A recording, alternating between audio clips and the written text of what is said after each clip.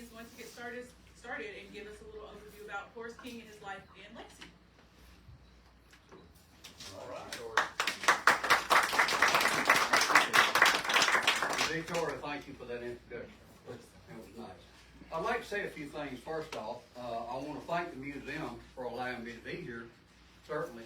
And if you have any questions, you think about any thoughts or comments or something that you'd like to share, please write that down and we can talk about it at the end of this presentation. And hopefully we can answer a few things. The other thing is, I thank you for coming out in this rough weather to be here at the museum. And I hope you're enjoying the music. These are some selections from the CD series by Ken Burns, the filmmaker Ken Burns, on the national parks, as well as a few other series that he did. Quite a remarkable man in his own right. But it's been some good music, and I hope you're listening to it and enjoying it. Who doesn't love the romanticism of an oil-covered bridge? Most of us do, don't we? The sounds of the rushing water up under the bridge, the musty smells, rather, of the planks that make up the structure, the glints of sunlight reflected off of the water up through the floorboards of the bridge. These sights and sounds seem to carry us back to a much earlier and simpler time period. And if we listen carefully and just imagine, you can almost hear an old wagon and team crossing over the bridge. At one time, thousands of covered bridges dotted all across the face of this nation. Today, only few remain. Some have been rebuilt, others have been restored, and we're certainly thankful for that. Covered bridges represent the birth of American engineering in this country. Those early builders found that they could push the 200-foot mark in a bridge in a span if they built a rigid, continuous structure made up of triangular panels. Now, where these panels came together, they were connected with wooden pegs called tree nails. And we'll talk about that later on, too. But the story of Horace King is a remarkable story in itself. So who was this man, Horace King? Horace King was an American architect, an engineer, and a master bridge builder. The story of this man goes back a long ways. He started off in Charles, South Carolina, where he was born in 1807, and he quickly learned to be a master in carpentry and in heavy timber framing. I'm losing my thought here, so y'all excuse me. I'll be with you there in a minute. But Ethiel Town was a man who gave him the instructions that he first learned about in building these bridges so long ago. And we'll talk about that too.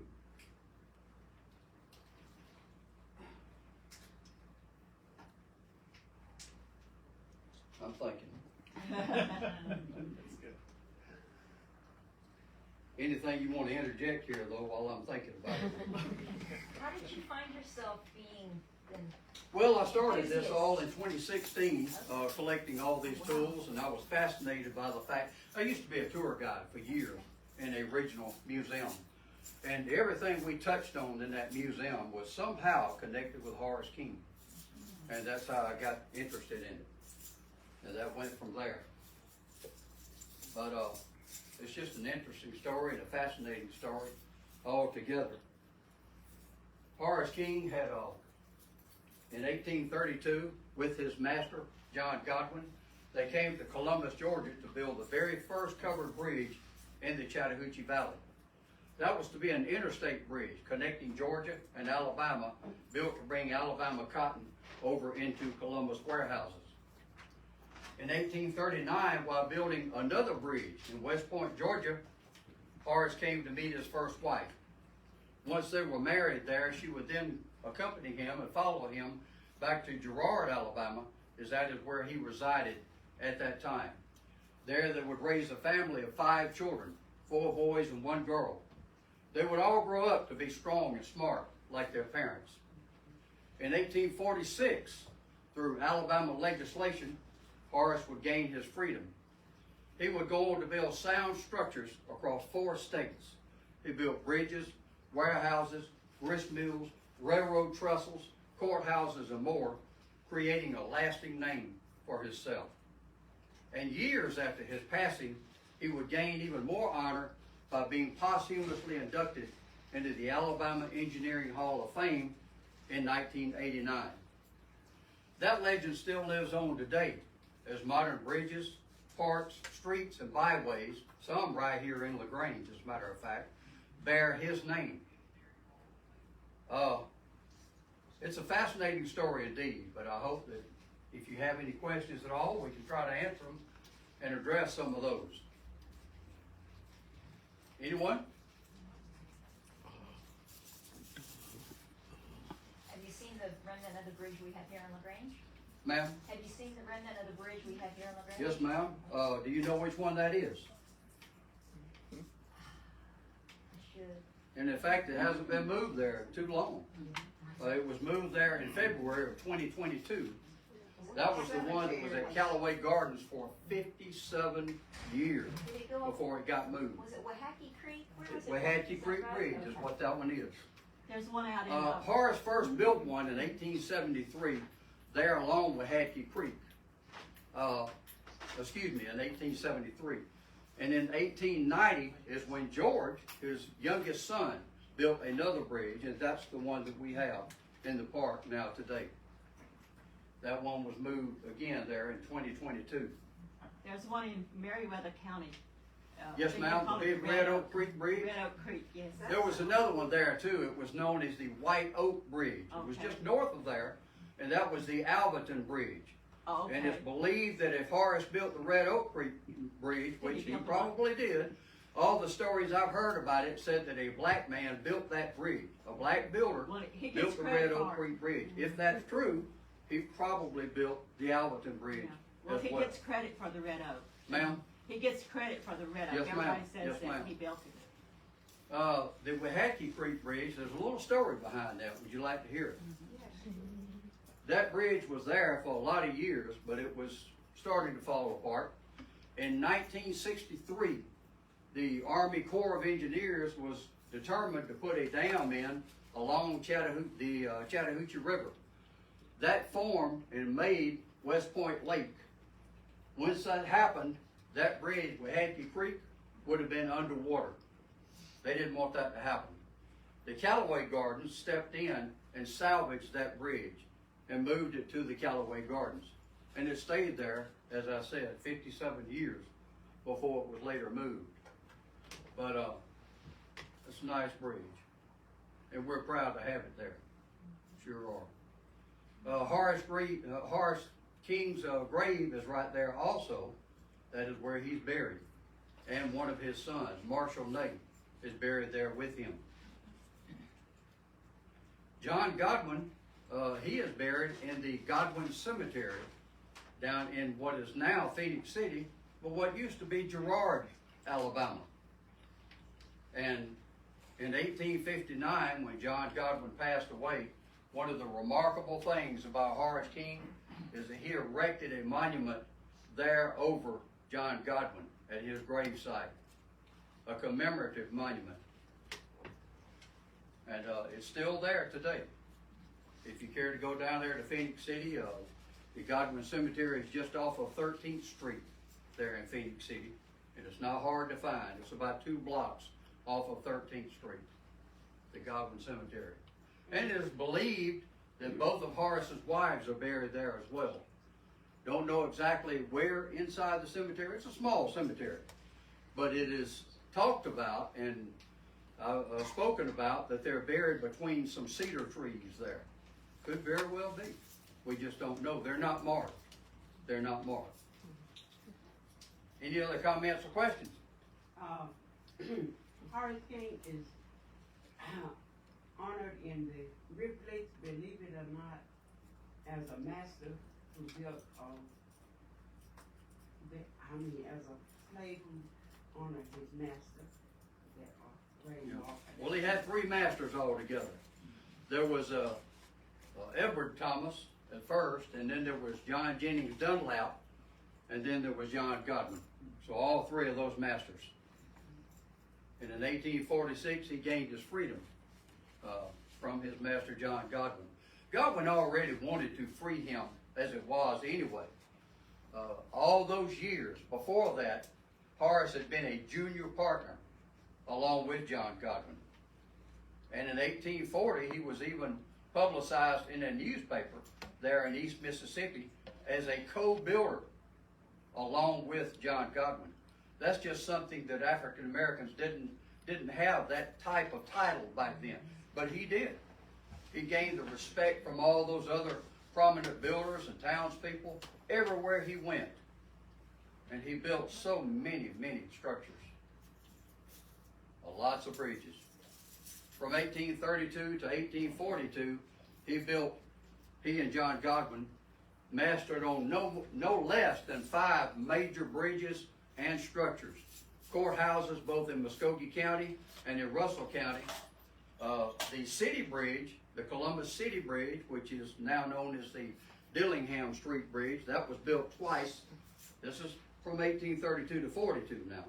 He built it again later on, but this is the span of that decade right there. The West Point Bridge, the Florence, Georgia Bridge, and a number of other bridges. Eufaula, Irwinton County, he built that bridge. Do you have And any, that one is 70 feet above the surface of the river there. do you And have it's any- over 800 feet long. I'm sorry. Do you have any information on the bridge that he had built up in Whitesburg, Georgia? The Moore- And where? Whitesburg, Georgia. Yes, ma'am. That's the Moore Carrollton Bridge. Bridge. And that is the one that Horace owned partially. He had a third amount of ownership in that bridge. That was Mr. James D. Moore that owned the property. Mr. Charles Mabry, who was not only one of the builders and sponsors of that bridge, he handled all the lumber. And Horace King is the one that was the builder, built that bridge. And he had a third interest in that bridge, the Carrollton Bridge. Yes, sir. When you say a third interest, so this was a for-profit bridge? Well, they had tolls there. They kept tolls along that bridge like they did the City Bridge and West Point, I'm sure, but in Columbus they did also. A number of bridges had tolls. So you could cross that bridge and you had to pay a certain amount. Was that to That pay- one was also at Carrollton, Georgia.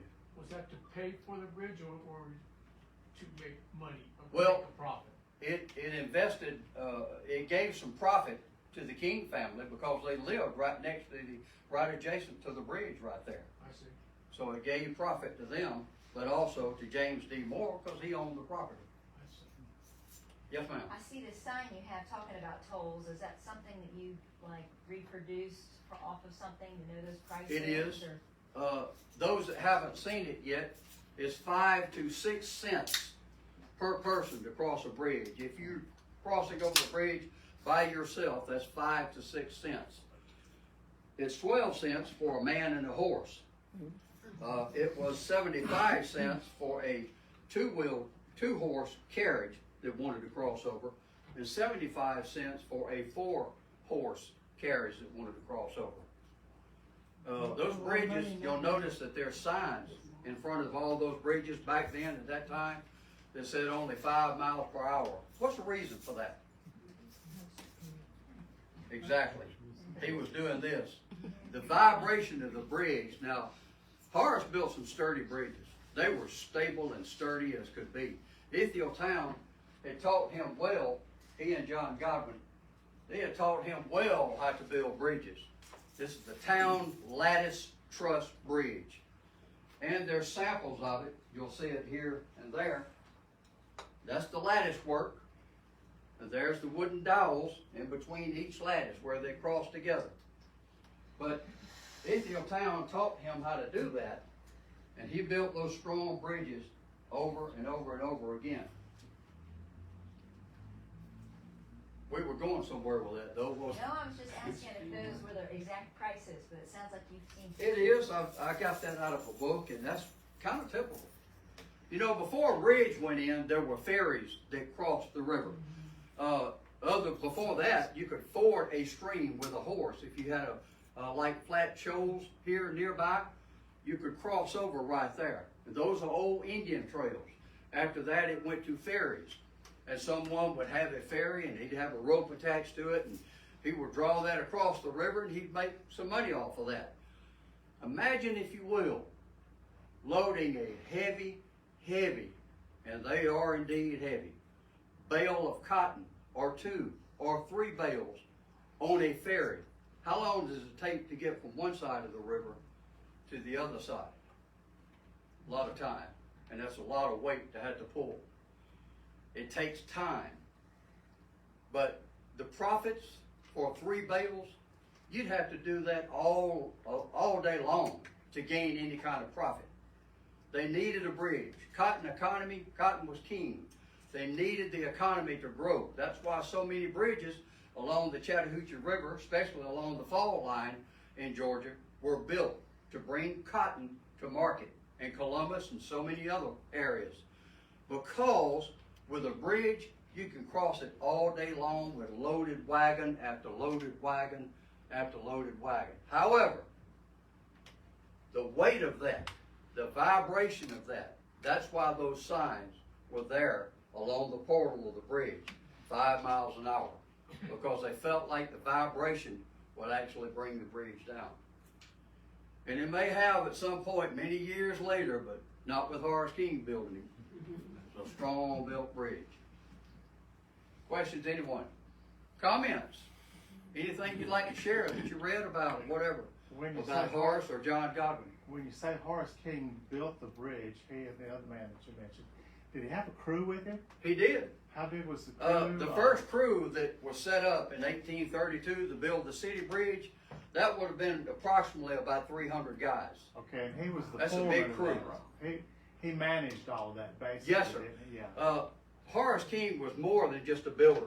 Yeah. The average black skilled laborer back then, if you were skilled, you might learn a craft such as bricklaying or plastering or maybe carpentry work. Horace was able to do all of those accomplishments. And he became a supervisor and superintendent, supervising all those crews, both black, white, slave, non-slave. He supervised all those crews and made a coherent agreement between all of them to get this bridge built. So there might have been a few problems, but we've never read about it. Never have. He was a charismatic man. Horace just had to be a very, very well-known charismatic man. He must have had a great personality to be able to get all those different backgrounds of people together and to build these structures like he did. So many of them. Is there a count of how many he did? Ma'am? Is there a count of how many bridges he was involved in? Yes, ma'am. That was part of what I forgot a while ago. Okay. It is estimated that during Horace's lifetime, he built over 125 Wow. bridges. Wow. But that figure was probably much higher because a lot of them were not recorded. Yeah. In fact, I've never read anything about where he built the Alberton Bridge. But if you build the Red Oak Creek Bridge, You just follow. and that's just north of there, Yeah. It would just follow. and if you read about and hear about that a black builder built that bridge, Mm-hmm. you answer this question: how many black builders do you think there were in the 1840s? Not many. In fact, around here, I would probably guess to you that it was probably Horace King. He would be the only one I could think of in this general area because he built so many bridges and railroad trestles and factories and just so much, so many things he built. We were talking, one of the gentlemen here was talking earlier about did he build railroad trestles? Well, John Godwin had invested heavily in the Girard Mobile Railroad, and that's one of the things that brought his health down in the 1840s. Because he invested in the Florence, Georgia bridge also, he put a lot of money and stock into that bridge in Florence, Georgia. He thought that it was going to bring him a lot of profit. It did not. The Mobile Girard Railroad later went down the wayside. It only made about 56 miles down into Alabama. But along that route, Robert Jefferson Jr., who was a legislative senator for Alabama, who was the very one that was very, very importantly helped Horace gain his freedom in 1846, Robert Jefferson Jr.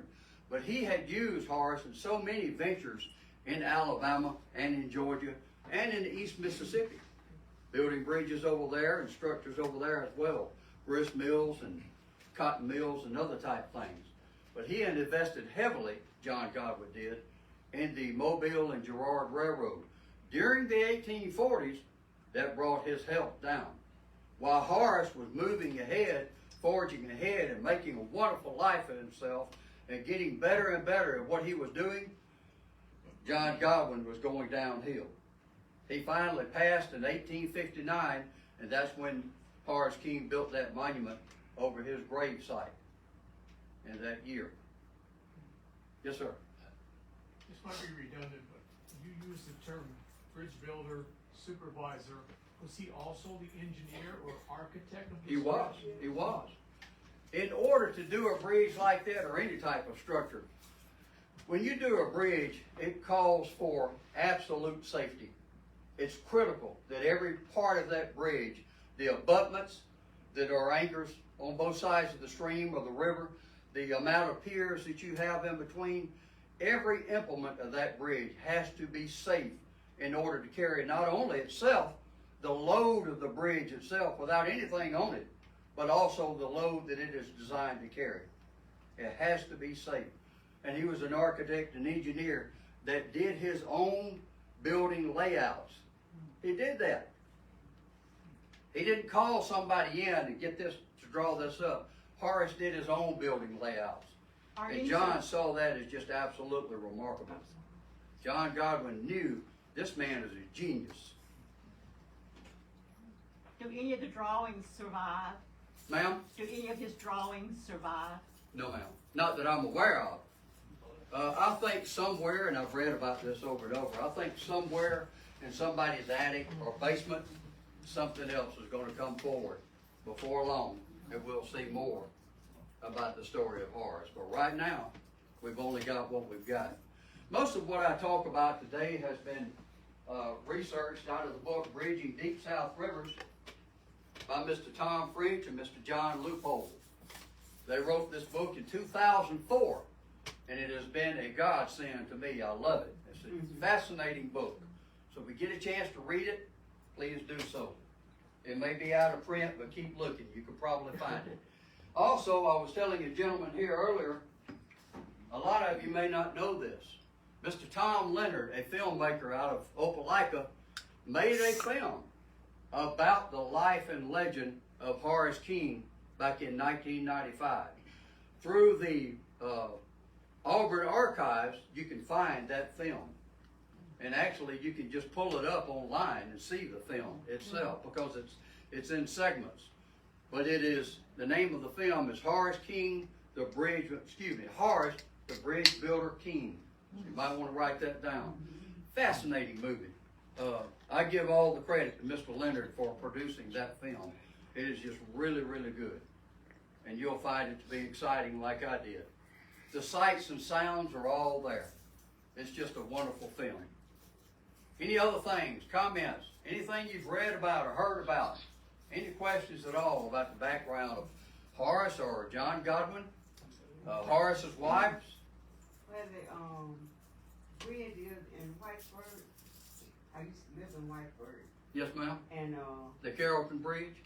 and I used to, when the river got low, right there at Plant Yates, and I would see these stacks of rock, out there in the middle of the bridge, in the middle of the river.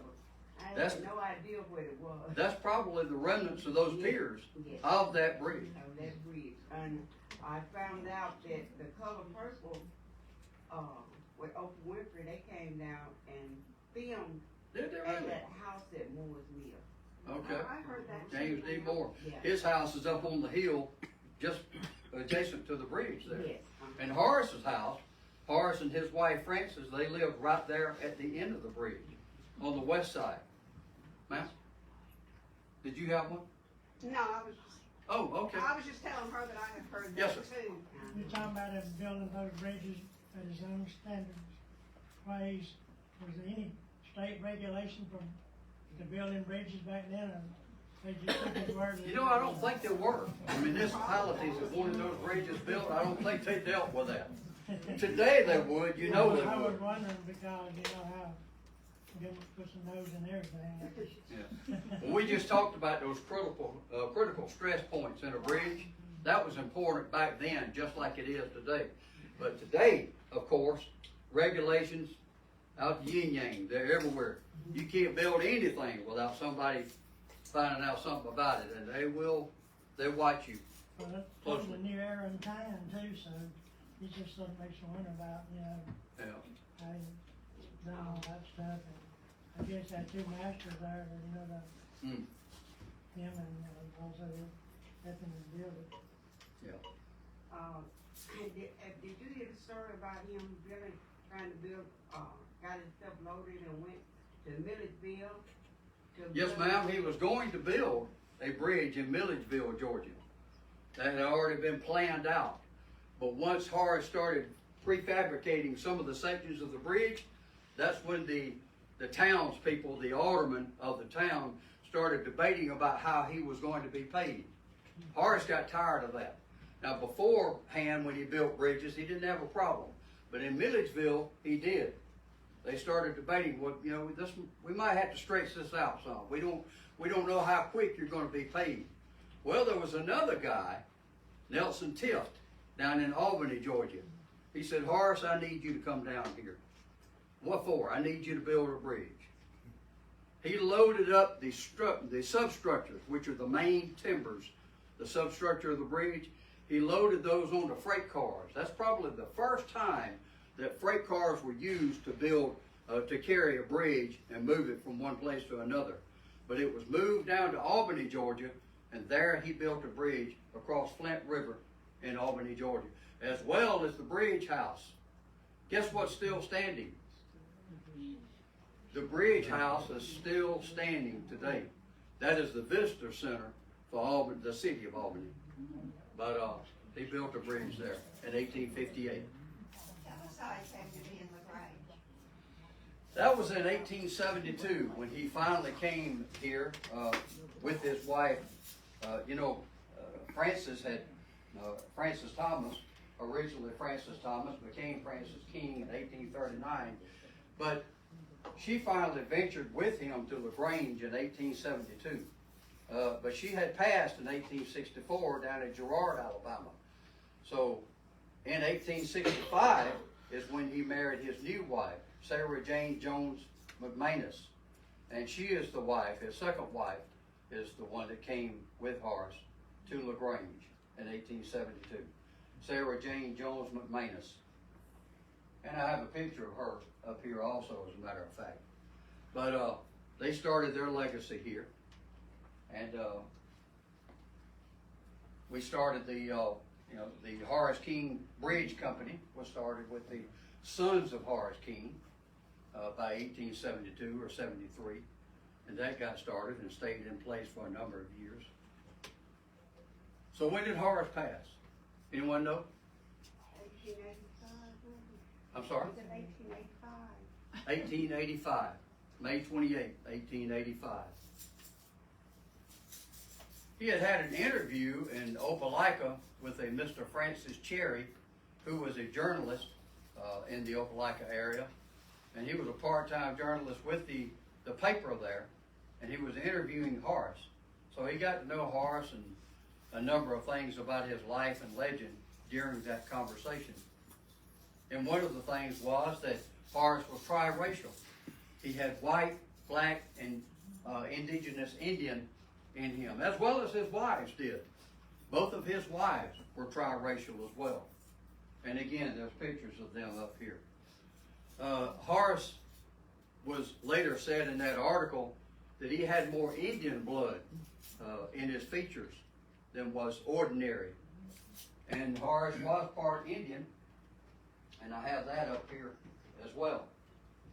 He was from the Catawba Indian tribes along the South Carolina and North Carolina Catawba River.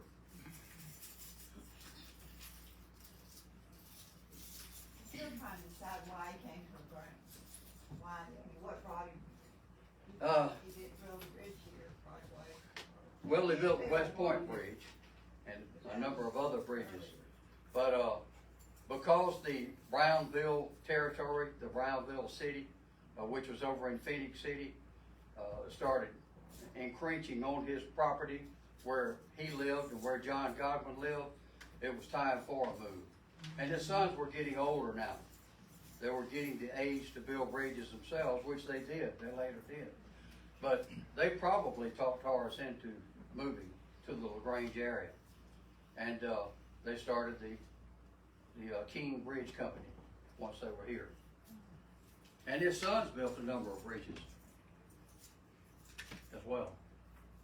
Comments? Anything to share? Yes, ma'am. I find it fascinating that he was allowed to be educated with all the engineering and mathematical skills he needed to build bridges, because back during the time before Civil War, it was illegal to even teach. It African-American was children illegal to read. teach I slaves can any kind imagine of. them allowing them to be taught something like that. And I It- know it was an oppression too, and it was horrible, but Yeah. still, it's just amazing that he was allowed to be taught that stuff. Well, they were scared of uprisings back then, so it was illegal to teach blacks to read and write. But John Godwin was something of a master himself. That man not only learned from Ithiel Town how to build bridges, but he as well had to be a very, very charismatic man, because he not only taught Horace some of the. Horace had already learned some of this earlier on, probably from his very first master, Edward King. But later on, John Godwin taught him to read and write as well. And he actually sent him to Oberlin, Ohio, to later gain some knowledge and gain some education, which he did. But as far as the college up there, no records show that Horace ever attended the college. But Oberlin, if you read anything about Oberlin, there's a number of learning facilities all in that town. And no doubt Horace went to one of those facilities and learned more about how to do his own layouts and such, because John saw a need in that. When you do a bridge, you've got to estimate and calculate all the materials that are going to be needed. You've got to gather up all the stones and brickwork and such. Once you bring the stonemasons in, they've got to have materials to work with. It needed flatboats to get the cribs out into the midstream to start forming cofferdams to build the piers, because those are the supports for the bridge, as well as the abutments on either side of the stream or river. All those things are very, very critical, safety-wise, as well as for the loads that a bridge will carry. So Horace had to learn about that. Now, they didn't teach engineering in Oberlin. They only taught engineering, bridge engineering in West Point Military Academy. So it wasn't taught in Oberlin. But he did learn from a facility up there a number of things. Well, he had a natural talent too. Sir? He had a natural talent to do that. He did. You can't hide good talent. You know, studying under Ithiel Town there in 1823, because that was the great P.D. River Bridge that was built in 1823-24. That bridge was torn down and washed away in 1826 with a flood that came through. And then in 1828, another P.D. River Bridge was built. That's the bridge that Horace and John more than likely helped build. Now, they had to be on site for the 1823 bridge, because Ithiel Town was in Cheraw overseeing the building of that first bridge. There were 3 contractors that were building that bridge. And Ithiel Town was there to oversee and make sure that they did the bridge according to his specifications. And that was the Town Lattice Truss Bridge. Little story about that. Ithiel Town charged an amount for building his bridge. It was $1 a foot. Now, if you built a bridge somewhere and you didn't let Ithiel Town and his agents find out about it, and you didn't tell them, it was $2 a foot. So if they caught you building a bridge and it was a Town Lattice bridge, after his specifications, you would be charged. There are other buildings on the square that were built by. Yes, ma'am. Not only by Horace, but also by his sons. Buildings on the square here in LaGrange. When they tried to make a loft apartment in one of them, they found that he'd used the lattices in the roof, so they fit it Yep. get enough space to build. And also, they found that out in the spiral staircases in the Montgomery Capitol. There was one historian who said, you know, he exclaimed, he said, "My God, it really does look like a bridge builder built these stairs." The steps are cantilevered out from the walls. So that means that 50% is out, and that's the stairway. The other 50% is within the walls. So a bridge builder built that, and it was Horace King. Daniel Pratt was the contractor for the Capitol building in 1850. It had burned in 1849. The first builder was Stephen Button out of Philadelphia, but Daniel Pratt in 1850 came there to construct and architect the new Capitol. Horace was brought in not only to do a lot of the timber framing inside the building, but also the spiral staircases. I think there was a question over here. What do you think the cost was to build this bridge? What was the cost for him to build a bridge? And I'm sorry if you answered that already. What was it called? What was the cost? The cost? Yes. That's a good question. If it's a small bridge and it's a small creek over a little stream, it could average about $5,000. But it would go up to as much as $30,000. But it would start right around $5,000. Now later on, it got a lot more costly. And especially, let's think about railroad bridges. Now, when a bridge is built, a covered wooden bridge, it's going to carry a lot of weight. You're going to have a lot of wagons. That sign over there that you mentioned earlier, 5 cents a head for livestock. If you've got 50 cows traveling across the bridge, you're fixing to make a good bit of money because that's 5 cents a head. That was a lot of money back then, by the way. It added up very quickly. But a wooden bridge is going to carry a lot of weight, wouldn't it? Because if you have wagons passing back and forth across there with all those loaded cotton bales and other types of equipment and livestock and such, that's one thing. A railroad bridge, a railroad trestle, that carries a lot of weight. You're talking about the weight of the locomotives, the tenders, and the loaded freight cars that had to pass over that. When Horace King built those trestles, those substructures were larger for that than it was for an ordinary covered bridge. It had to be because of the tremendous weight that would be passing over it. The more weight that is determined that that bridge will carry, the more money it costs to build that bridge. What is the general purpose of covering the bridge other than just leaving it? Another good question. Bridges were called pony bridges back then. That's half structure. If you've got 12 to 18 feet of a lattice side, a truss, it's anywhere from 12 to 18 feet high. But pony truss bridges is only about half of that. And it's uncovered, it's non-covered. When cattle and horses and such cross over that, they're scared of a roof. They don't like that. They fear of it. So they built pony bridges. Cattle don't have a problem crossing that over. But the reason that a covered bridge has a roof to start with is because it made it last so much more. It deflected the elements. An uncovered bridge might last 20 years. A covered bridge, as long as 100 years or more. That's the reason for the covering, because it wards off the elements. There was another question over here. Yes, sir. I was going to ask, how was he paying for that? How was he financing? How was the bridge? Well, there were different financiers that were working back then. Robert Jemison Jr., the legislator that we talked about earlier, he was one of the financiers. Seth King, no relation to Horace, but Seth King was a financier. John Godwin did some financing, so a number, and also the townspeople would finance the bridge if they needed to.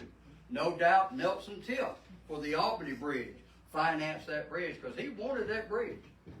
And he was determined for Horace to bring his materials and all his crews and come down to Albany. Let's build this bridge across the Flint River. And they did. Yes, ma'am. Yes. What was the furthest reach of Horace King's constructions? We know that he built a lot of things in Alabama, Georgia, but Courthouses, railroad trestles, so many things. What other places? Other states? Other states? Yeah. Well, you know, we talked about the PD River Bridge. That was in South Carolina. The second one, the 1828 bridge, no doubt in anybody's mind that knows about this would guess that Horace and John Godwin probably were there helping to build that bridge. In fact, during that interview in 1883 that he had with Reverend Cherry, Francis L. Cherry, he talked about that. He said the very first bridge I ever built was in South Carolina. So Horace said himself that he had built a bridge in South Carolina. No doubt that was the 1828 bridge. And John Godwin, anytime you have a bridge built in a small town, the population of Troup back then is probably like Columbus was. In 1832, there was only 1,800 souls in Columbus. Now there's almost 300 million. Back then it was 1,800 souls. Troup was probably no different. If you're building a bridge in a small town, that's big news. Everybody comes to that area because they want to see that bridge. Who do you think might have showed up? John Godwin and Horace King. They were already established carpenters in Troup, both of them. They were already heavy timber framers in their own right, but they were learning. So Ithiel Town in 1823, he's there. And he's the one who has mastered that patent that he has on the town lattice truss. They're learning from him. So John Godwin was an understudy of Ithiel Town. And together, he and Horace learned all they could about building these bridges. And Horace replicated that over and over and over for over 40 years during his lifetime. A lot of bridges. So how old do you think the bridge here in LaGrange is at the cemetery? The Glass Bridge Road, No, that the one at, Mobile Street Cemetery. Mulberry Street, that's the Wahatchee Creek Bridge. That's the one that was there on Wahatchee Creek and would have been underwater. Once the dam was put in and West Point Lake came to be, that's the one that would have been underwater. So it was moved to Callaway Gardens. And it was moved in 2022, in February of 2022, over to the LaGrange Cemetery. It's a little interesting. Oh, go ahead. What was the age of it? This says originally built in 1873. Well, Horace had built one there in 1873, but his son George, his youngest son George, was also one of those bridge builders. All his sons learned to build bridges, but George had built that one that's now in LaGrange in 1890. That's the bridge that's We've there. heard rumors that maybe there was a flood that washed out the first one, and the sons may have taken some of the same remnants, so maybe Horace still had a hand in the Yep. materials, even though he didn't build the bridge. Yeah. Well, we're again glad to have that one over there. That's right. Sure is. And glad to know where his marker is also as well. That marker was discovered back in the 1970s with Miss Susan Fowler, who was a member of the Troup County Archives back then, together with Horace's great-granddaughter, Theodora Thomas. And those two ladies, and Theodora had been carrying all the history for Horace and the legacy of Horace. She was an educator here in LaGrange, taught for, as an administrator and a teacher for many, many years. But she was the oral historian for the King family. And together with Susan Fowler and Theodora's memories, they located Horace's grave. And now we know where he's buried. And it's very fitting that that bridge is now there because his youngest son built that one. Washington W. King, which was his eldest, built bridges not only in Harley, Georgia, but a number of other places as well. Around Gainesville, around Athens, a number of bridges that Washington W. built. John Thomas helped build bridges as well in the LaGrange area. you think about what his name, they won at Stone Mountain, the Cobb County just restored. That's the one that Washington W. built bridge. That was in Athens, Georgia, originally. And that was decaying, it was coming down, it was making way for a new concrete bridge that was going to be moved in.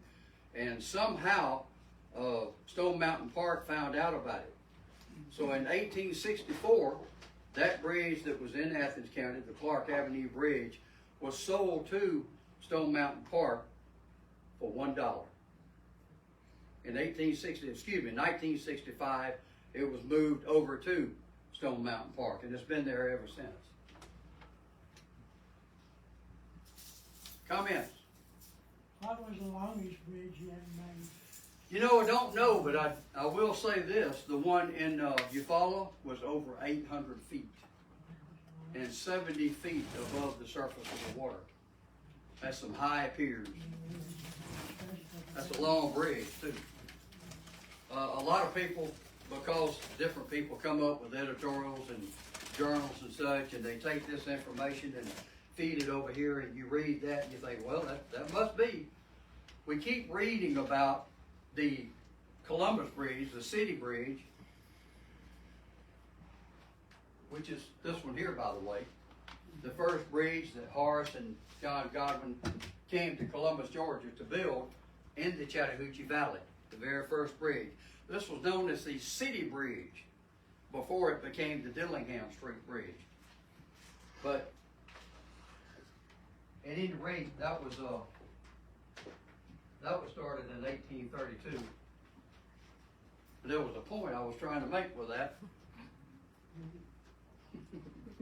We'll get back to it. You're talking about the span of them, We're how talking about the long, length of how them, long yeah. they were. Yes, sir.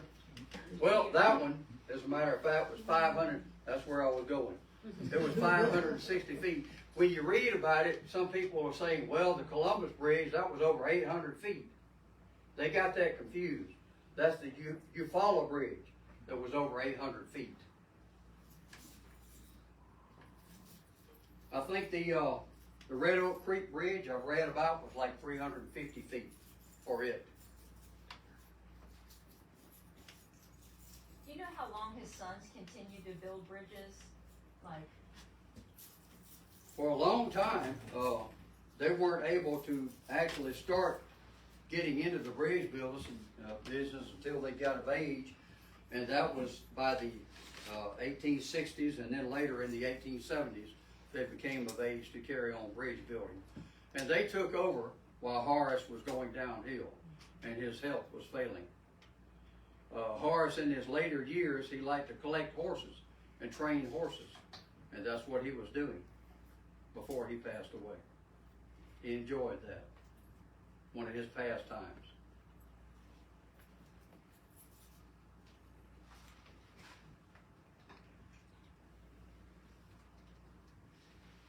When you build a bridge and you cut a tree down, and it's a round tree, of course, what do you do with it? Do you use a round log to build a bridge? You got to square it up, don't you? So I know that some of you haven't been up here yet. This is a tool that was used to square up logs back then. Once you felled all those trees, they had to be squared up to make them square poles in order to build a bridge with. And all those tree nails, at times, I think the Red Oak Creek Bridge has 2,500 pegs in it, wooden pegs. Much like these here. So you might want to pass that around. Get those out. These ranged anywhere from 6 inches up to 30 inches sometimes for a long peg to be driven through all those different timbers and boards. What would be the lumber of choice? Usually oak, and it could be white oak or red oak, but also cypress was used. A number of other hard pieces, hard lumber. Possibly hickory? Yes, sir. If they can find enough of it. But oak was more plentiful. Now, for the sawn lumber of the bridge, they just use regular pine. But when you're talking about the tree nails that you're looking at now that's being passed around, that had to be a hard timber. Had to be. In order to hold The together. lattice could be longleaf pine or something? Sir? The lattice would be longleaf pine? Yes, sir. That's just fresh sawn pine lumber. Okay. Would they fell Yes, the sir. trees in that area to? They would. Okay. It would be somewhere near the site. And you might have noticed some of the blocks and tackles up here. That would be used and drawn by horses and mules to draw those to the bridge site.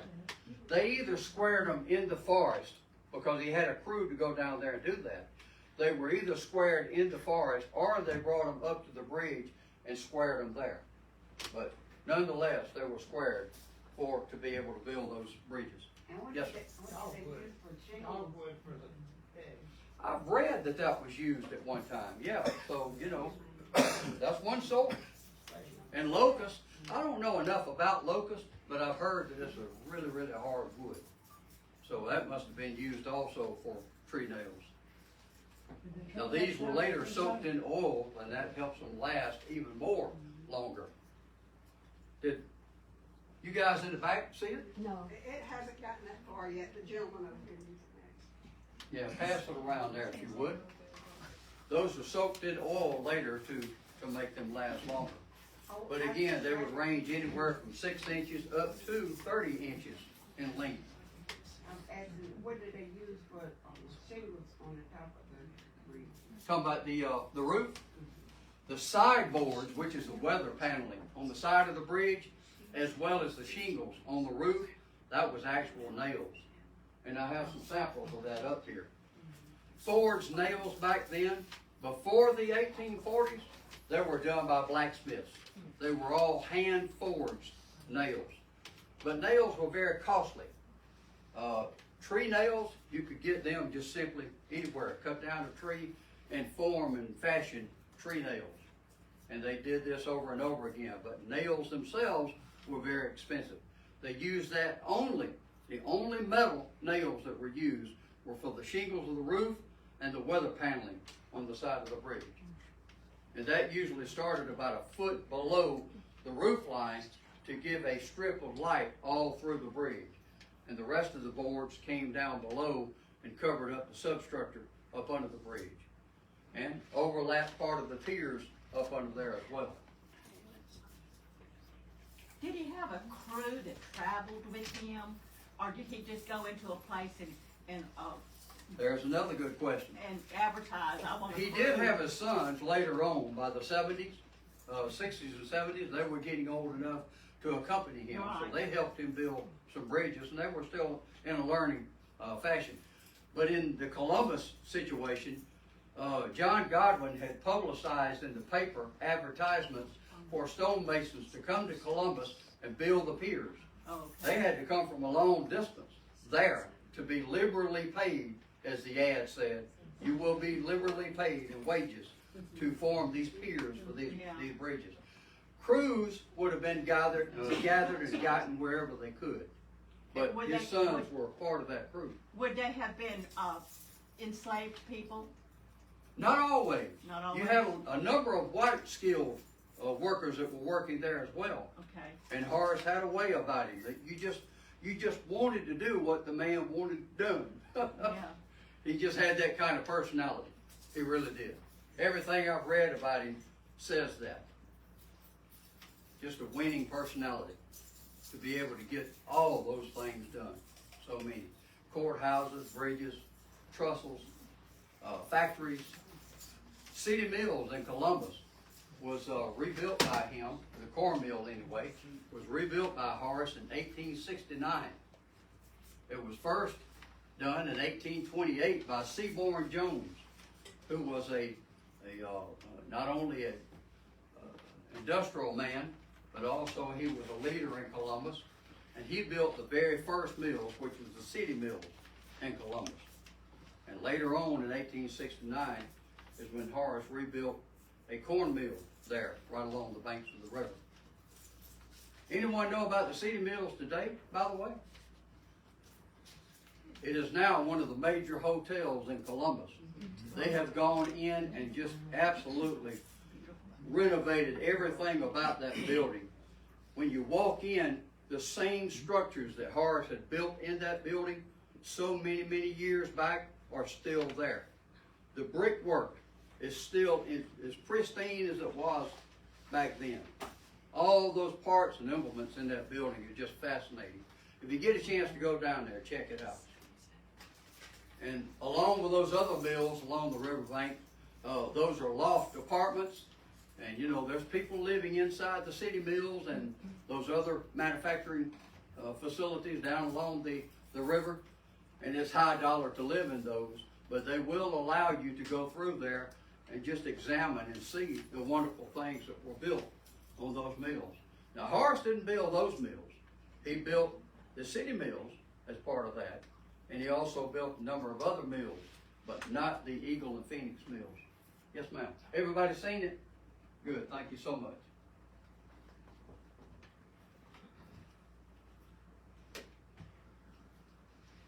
I've got a Mason symbol over there. Who doesn't know or did not know that Horace was a Mason? John Godwin, his last master, was a Mason also.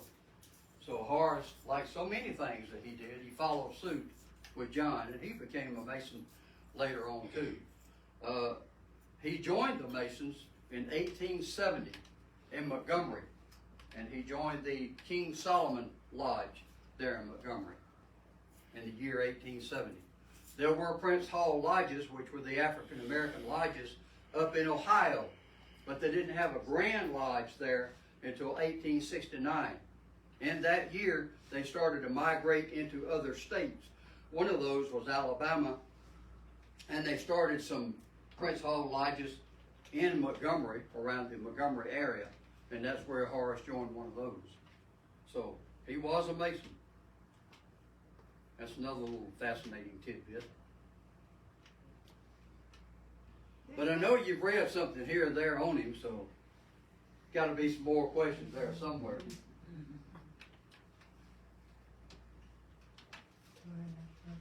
What is this block of wood right here? That is heart pine. I'll get right to you in just a Okay, minute. sorry. Oh, no worries. Glad you mentioned that. This is one section out of one timber. We were just talking about the Eagle and Phoenix mills. This is one timber that came out of the Eagle and Phoenix mills. These were very, very popular up until the year 1900. There were heart pine trees all over the place. And that's where most of that lumber had been gotten from and used to build all those bridges and other structures, heart pine. What makes heart pine so ideal is that it has a very, very dense structure. All the rings are really, really close together. And it's a fascinating hardwood.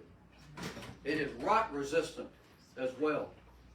So it makes a good structure for not only bridges, but so many other things as well. You did any research on the boat that he made that's down there in Columbus? Ma'am? Have you done any research on the boats that he made? Well, that's questionable. That's open to conjecture. Honestly, in all honesty, Horace did not build Confederate ships. He supplied some of the materials. Now, why is that? It's because Horace was a slave at that time. Well, I take that back. He gained his freedom in 1846. So now the Confederacy is building boats in Columbus. That's 1862. He's a free man. But what freedoms did blacks really have in that era? Okay, we're thinking about that time period. He couldn't go as free as he wanted to anywhere. And certain slaves had to have passes to get along. He did as well, had to have a pass to go from here to there. It wasn't fair at all, but that's the way the time period was. But he was allowed to build so many things, but when it came to building those particular type things and wanting him to go along and help build a Confederate ship, he told them, no, I can't do it. I'm just not going to do that. Well, you might tell them that, but how far does that go?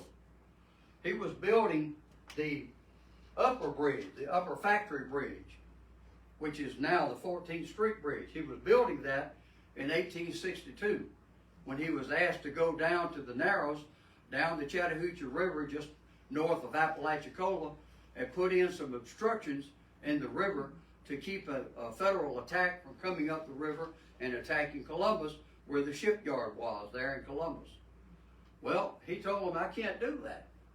The very next day they came and said, you're ordered to drop everything you're doing and accompany us right now. We're going downriver. So he had a guard that went with him downriver to the Narrows, there above Apalachicola, to put in those obstructions. That's how it was back then.